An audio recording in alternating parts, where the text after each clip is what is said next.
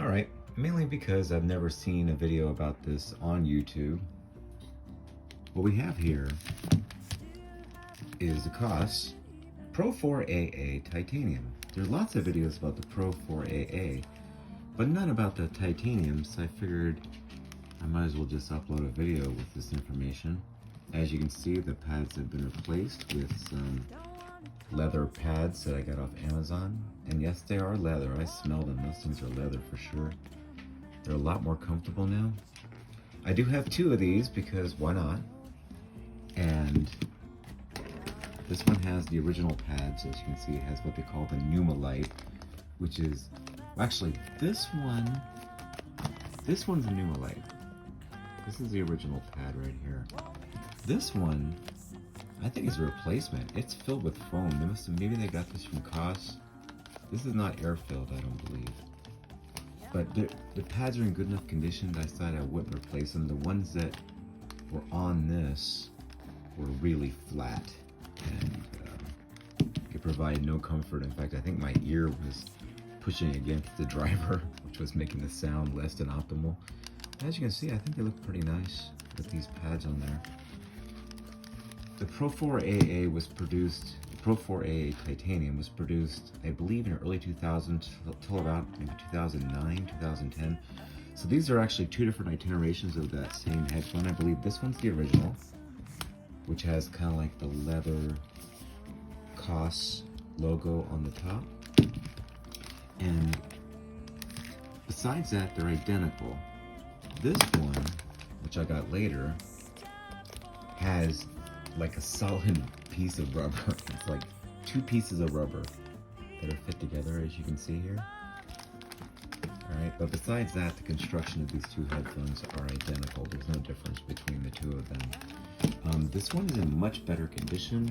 I mean, you might not be able to tell based on the kind of scratched up rubber, but if you look at the actual, look at the cord.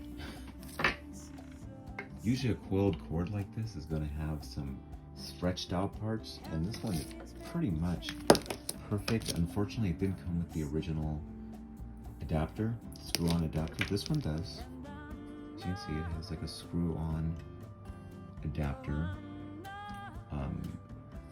Oddly, probably because of the light from the camera, it doesn't look like this is gold-plated, but it is.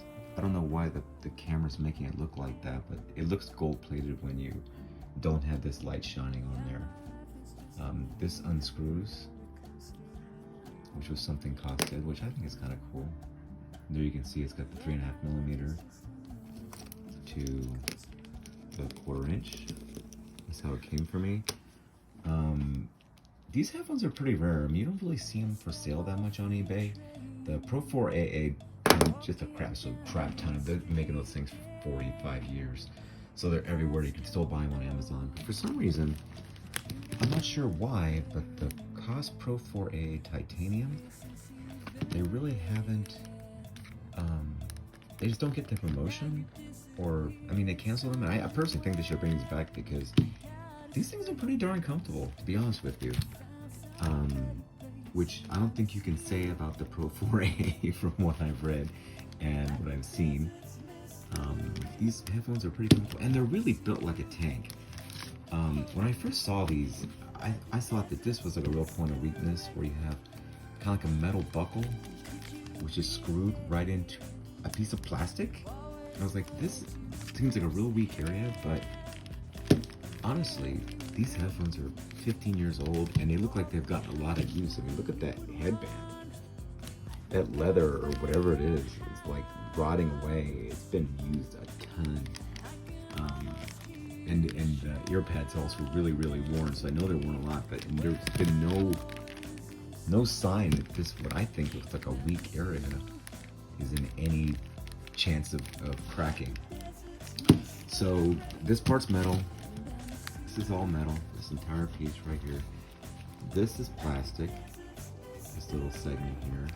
The actual headband is plastic. This is metal inside. You can feel the metal. The padding is like really probably dissolved over time. I think this looks like leather on the top, And this might be leather. I don't know if leather would wear in this way or not, but I feel the feeling it would have disintegrated if it wasn't leather. It is pieces of it are coming off though, as you can see. But yeah, I just like the way these headphones sound. They have a distinct treble that's really, really nice. It's very pleasing to the ears. The mid-range is excellent. The bass is a little bit recessed, and you have to kind of use an equalizer to get more bass in these, because they don't really come with a ton of bass out of the box. But you can make them sound pretty nice. These both sound really, really good. They're both in really good shape. These headphones are really built like a tank. I forgot to say, this part's plastic, but the plastic, it kind of feels like that Bakelite. If any of you know what that is what they used to make phones out of. It's like this hard plastic that's super hard, and it's heavy. I mean, this thing probably weighs close to a pound, I'm gonna say. It weighs close to a pound. It does fold in, like that. That's how it folds. They both fold. I mean, I recommend these headphones. If you can find a pair for sale on eBay, I'd recommend picking them up. I think they're a pretty nice investment. They got great sound, and I think they look kind of nice too. I think they have a really nice look to them. Yeah, but that's the Koss Pro4AA Titanium. For some reason, not a single video about this on YouTube, but now there is. All right, have a good one.